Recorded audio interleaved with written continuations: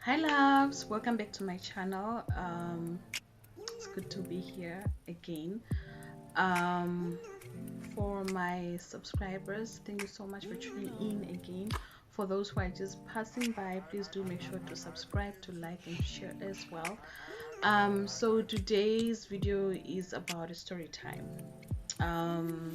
I've really been wanting to share this story time. I don't know why, but so 12 years ago I was actually bitten by a snake. Yes, you heard me right, by a snake. It was a zebra snake to be exact.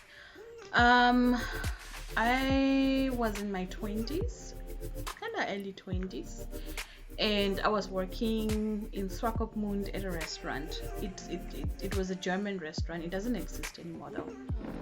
But yeah, it was a German restaurant, and we worked throughout the whole of December.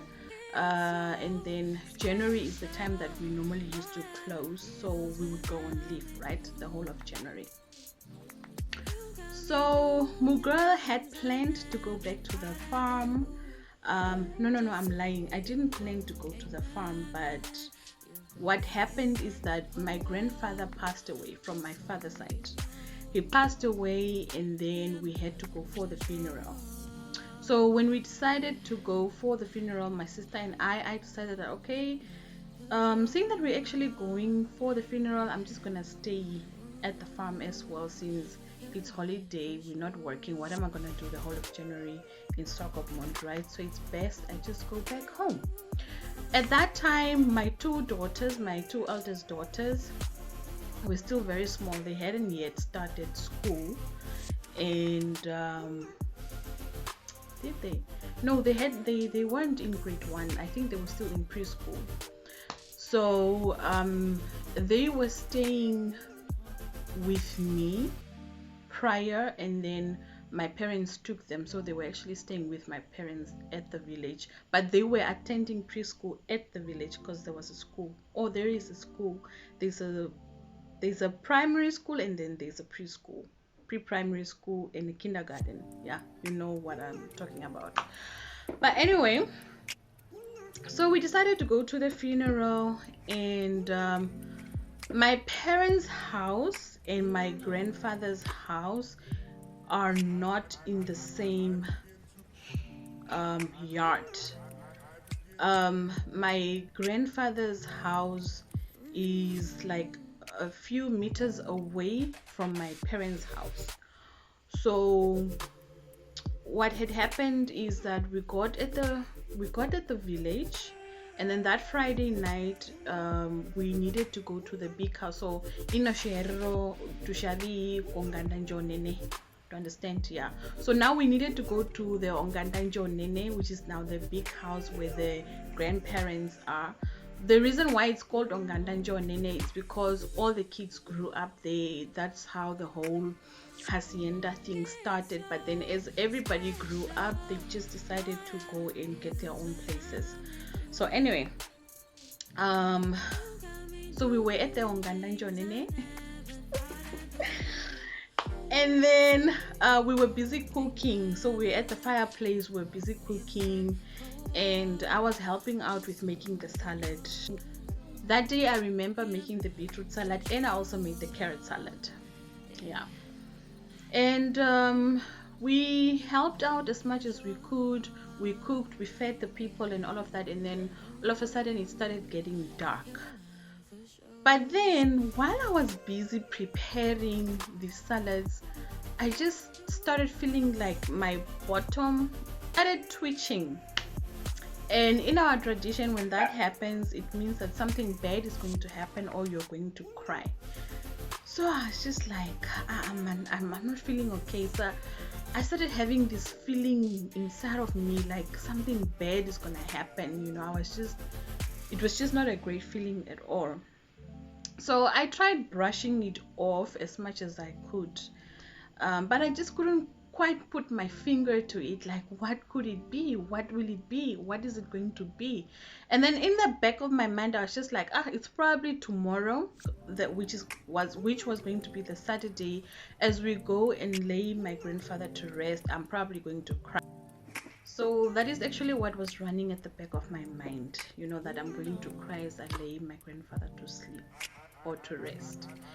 Yeah, so once I finished with making the salads, I decided to go back home. So I had to now walk from the Onganda Njonene back to my parents' house, which was like a few meters away. So when I get home, it was a little bit dark, so I just decided to take a bath. And you know, it's very, very hot at the village. It's very hot, and especially when you get into the house, oh, it's so hot. And I couldn't stand the heat. You know, you staying in Swakop, you are used to the coolness, the cold weather, and then you come to this village and it's just heat. It's like you just want to suffocate. You just can't take it. You can't handle it. So when I got home, my mom and my aunt had taken the bed out, so they were sleeping on the bed outside. My sister and her then boyfriend, which is now her ex, were also sleeping outside on the bed. So there weren't any other beds left. There wasn't an extra bed for me to put outside so that I can also sleep with them outside. So the only thing was for me to sleep in the house, and that was on the mattress. So fine, I get into the house, I take my blankets and I get myself comfortable on the mattress, and my middle child Uri was sleeping with me that day. So now we're sleeping, and then in the middle of the night, you know, you sleep and then you kind of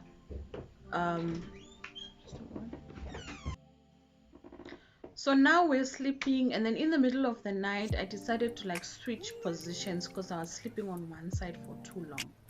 So as I turned, I just felt something biting me on my neck, and I was just like, what? And immediately as I got bitten, I just jumped up. I don't know, it's like the Holy Spirit said, just get up, get up, get up from there. So I just jumped up, and as I was standing, it was burning, like there was like a burning sensation, and it was at the back of my neck. I'll show you. I jumped up and I was standing and it's burning, and I'm just like, oh my God, what's happening? And then all of a sudden I start feeling so hot, like I'm burning up, like my body is burning up, like I'm feeling hot and I can't breathe properly. And then there was a bucket of water in the house, and I just saw myself getting into this bucket of water, and I'm just taking water with my hands and I'm splashing myself with this water. And then it just kept on getting worse. So I went outside and I'm like, Mom. And then my mom is like, what is it? And I got bitten, and I don't know what it is that bit me, but I just don't feel okay. I'm not feeling okay. And then my mom stood up and then she came into the house. And mind you, my daughter is still sleeping, and I didn't even turn around to look what it was that bit me, because I just stood up and I just started focusing on this feeling that I was having and just how to get rid of the heat that was in my body. So my mom comes into the room and to check, but then at that time the light was on. There wasn't any electricity at the time, so we were using the lamps, you know, the lamps whereby you put oil inside, the oil lamps. I don't know how to explain it, but if I find a picture of it, I'll just insert it somewhere here. Yeah, so that light was still on, it wasn't off. So when my mom came in, she saw it. My mom was just like,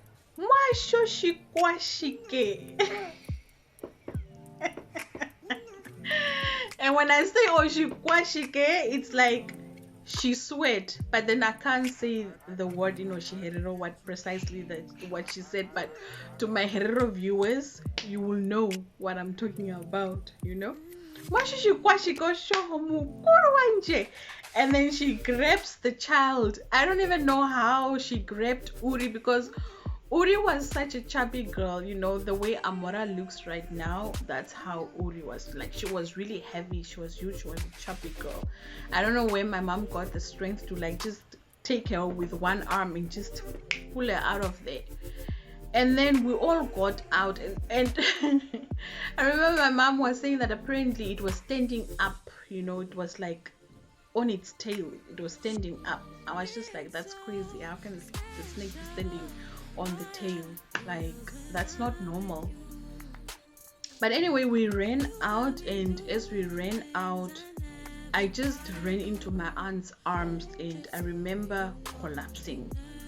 And then the next thing I know is that people have surrounded me. This one came with an onion, this one came with milk, and I remember I was hearing people around me, and before the people came, I remember my mom telling my sister's then boyfriend to run and to go call the people at the Ongandanjonene. My dear, he was in his trunky, shirtless. He ran to the Ongandanjonene to go get help. And then the people came, and this one is like, take the onion, bite it, eat it like you were eating an apple, take the milk, drink. So I was eating the onions and I was drinking milk this side.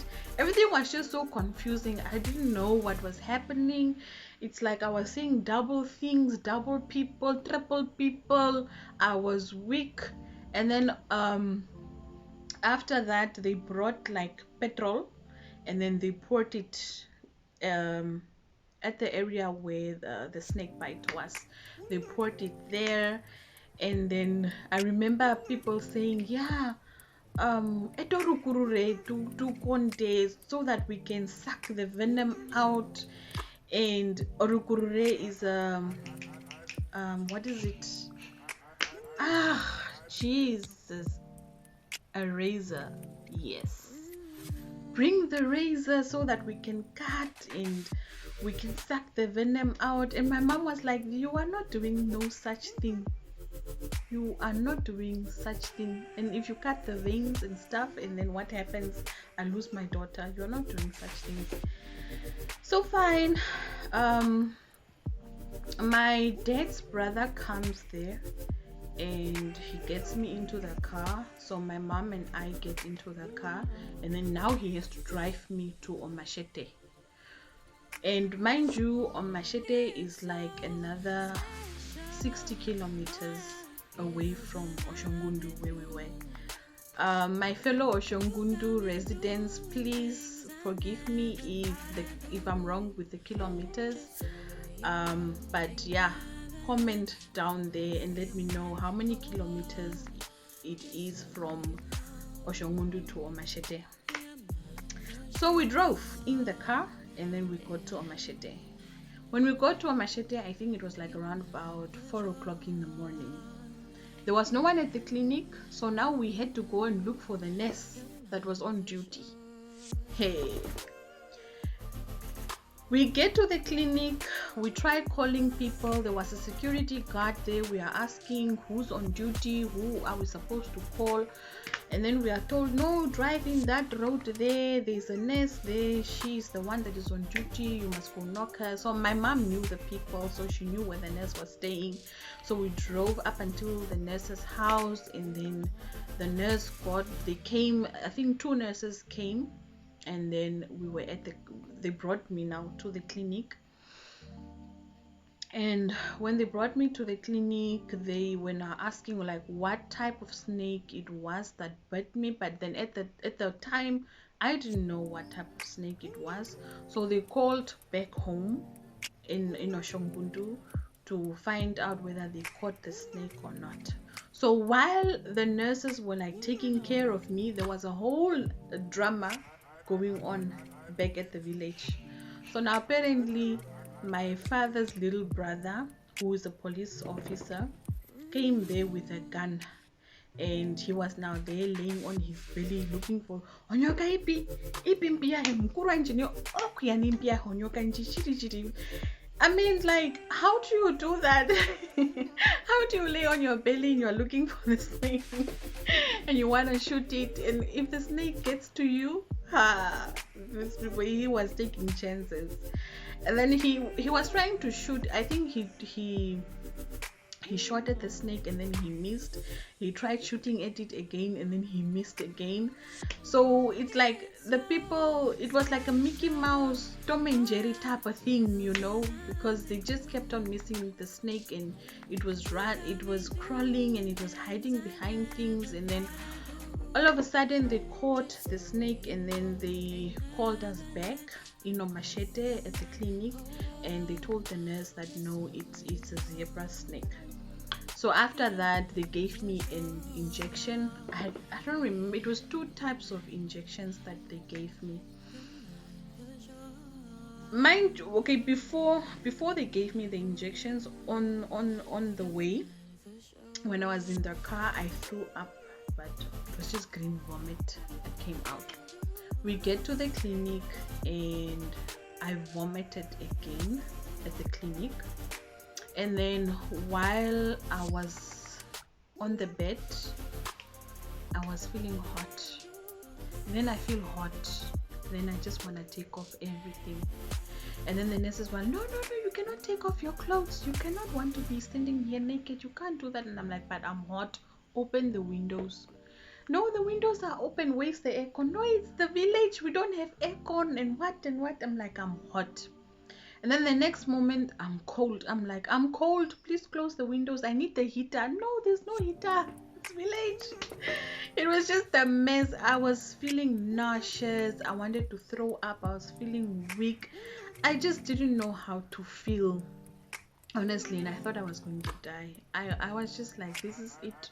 My parents are going to bury me, my friends are going to bury me, my kids are going to be motherless. I was just like, oh my god, this is it. I'm dead. A snake bit me, and it bit me at the back of my neck, and this is it. I'm saying goodbye.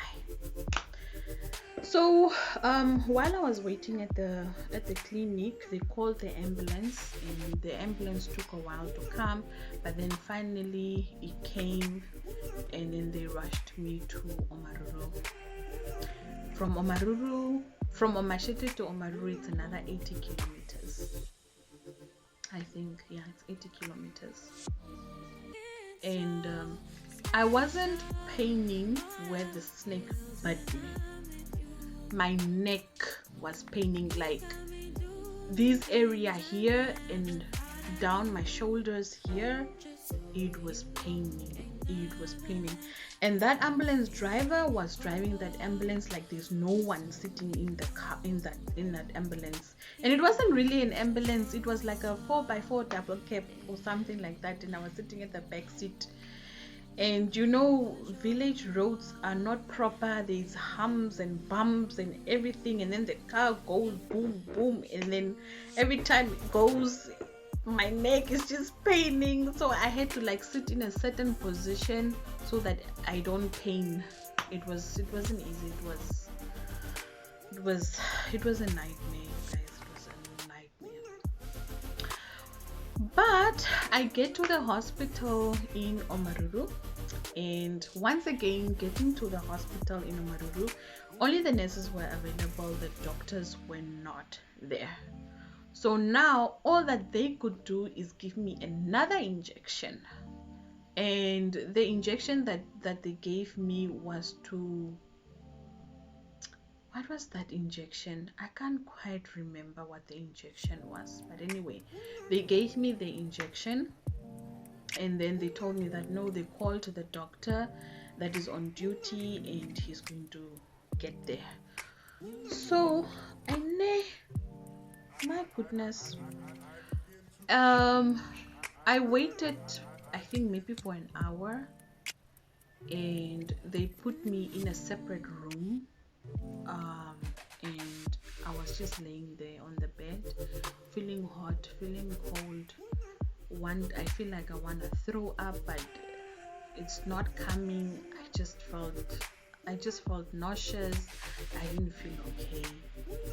And then suddenly I needed to go to the toilet, to go to number 2. I didn't run, but I walked. But I was walking like a drunk person. You know, when you are drunk, you're just there, you sling around. Yeah, that was it.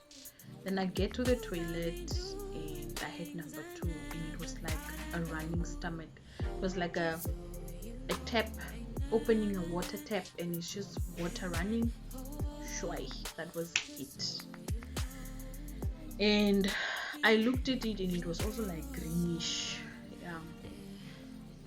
After that, hey, it's when I felt like I could breathe again. The nausea went away, the bad feeling went away, the heat went away, the coldness went away. It's like now I'm myself again. I was like, oh my gosh, I'm back, I'm alive, I'm myself again. That's how I felt. And then I just walked back to the bed and I was just laying there waiting for the doctor. When the doctor came, I was just okay, I was fine. And he came there rushing, where's my patient? Where is she? Okay. And then he comes there, he's like looking at my arm, looking at my legs, like to see where the snake bite is. And I'm like, what are you looking for? No, I'm looking for the snake bite. I'm like, it's at the back of my neck. That man stood there like his jaw dropped, and it's like, what? Yeah, it's at the back of my neck. At the back of your neck. I'm like, yeah, at the back of my neck. He was like, what type of snake bit you? I'm like, it was a zebra snake. And then he was just like, child, God loves you. You must say thank you to God, because the area you got bitten at, you should be dead by now. I don't know whether that snake had enough poison or whether that poison was strong enough or not, but you should be dead by now. You are very lucky that you are still alive. But we are going to keep you in hospital for a week and we are going to monitor you because your neck, because my neck now started getting swollen. My neck was swollen. It was like this huge. It's just that back then I didn't have a phone. I couldn't take pictures. Nobody actually took pictures, but my neck was swollen, you guys. It was this huge. I couldn't move from side to side like this. I had to like turn with my whole body like a robot. No. Yeah, I needed to do that because if I tried to turn, oh my gosh, it was painful. It was painful. It was so bad. So the doctor said, since your neck is getting swollen, we are afraid that your breathing airways are going to get blocked. So we need to monitor you. When that happens, we need to rush you to Windhoek. So we're going to keep you in hospital. So fine, I stayed in the hospital. I was waiting for my airways to get blocked, but it didn't. It was just the neck. And as the days proceeded, the swelling went down, but the pain was still there, you know. And but it's funny that the area where the snake bit me, it wasn't painful. I could touch it like with my finger like this, but there was no pain. But the whole neck and down my shoulders, it was painful. It was so painful. Like I was just like, God, what is this? Neman. Oh. Yeah, so I stayed in the hospital for, it wasn't the whole week, I think for 4 or 5 days. Yeah, for 4 days. I stayed in the hospital for 4 days. The 5th day, I demanded to be released. And the doctor was like, no, we still must keep an eye on you. We need to further monitor you to see. I'm like, I'm fine. monitor me for what? No, but we need to do the dressing on the wound. And like, I can go back to Machete. I mean, there's a clinic there, then I can always go there every day for dressing. Like, I can't stay in the hospital. Please do release me. And that doctor was like, yo, I've never seen anybody as brave as you, but you look good, you look fine, you look strong. It's just the wound that needs fixing. So yeah, we are going to release you. So before that, I remember the Sunday, everybody was now driving back, was now from the funeral home back to their places, to their towns and so forth. And every person that came from Oshongundu, from the funeral house that was passing through Omaru, was making a turn at the hospital. My side table was full of fruits, juice, yogurt. People were coming there and they were saying that, oh, apparently you can't eat. So we just bought this oshikandela, we just bought this yogurt, we bought fruits. If you start eating, then you can have fruits. Like, I was just like, yo, hey, so much love from all of these people. It was nice though. But yeah, nonetheless, after that I was discharged. I went back to Machete. My parents came from Oshongundu to Omashete because they have a home in Oshongundu and they also have a home in Omashete. So now we stayed in Omashete because it was close to the clinic, and every day for the time that I was in Omashete, I was going for dressing, the wound dressing, so they would clean it up and all of that. And I remember there's one day I went so that they can go and do the dressing, and like, it's a hole, it made a hole, like at the bite it made a hole, and then there was the skin here was loose, so actually pulled that skin out, and it looked so dead and lifeless and everything. So when they pulled that out, there was a hole at the back of my neck. Yeah, that is what a snake bite does. There was a hole. It literally burns the skin. That is what the poison does. So there was a hole at the back of my neck, and then yeah, funny things were coming out of it. Don't want to go deep with that because I don't know. Yeah. Not bad things, but you know, most when a wound is still healing, tweaker and all of that, so that is what was coming out. And yeah, it finally healed, and then when I had to now go back to Swakop, and it was time for me to go back to work, I was fine, I was completely healed, but I just would have like a elastoplast. They gave me that, they give you that brown medicine, not a medicine but an ointment. So I would always apply that brown ointment and then put an elastoplast on it. Yeah. So when I got back to work, I told my boss that no, I was actually bitten by the snake throughout this holiday. And then my boss was like, where? You were bitten by a snake? Where? And I'm like, at the back of my neck. Jisa can't do it, ne? Jisa can't do it, ni? Yeah, can't do it. Yeah, she was like, oh, Jisa can't do it, ni, ne?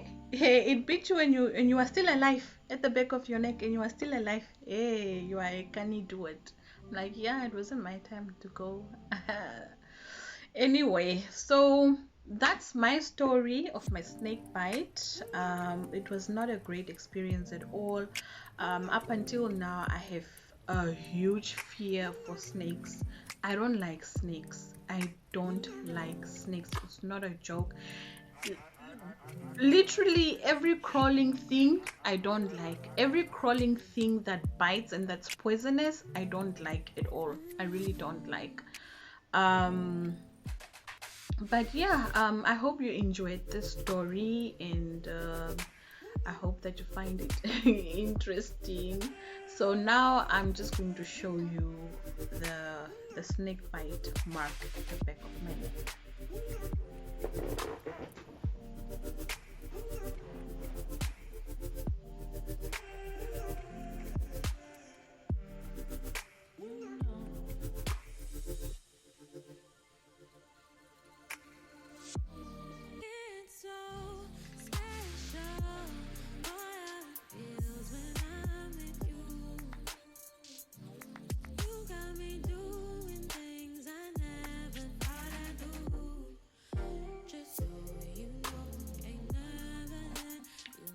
So yeah, that's the mark.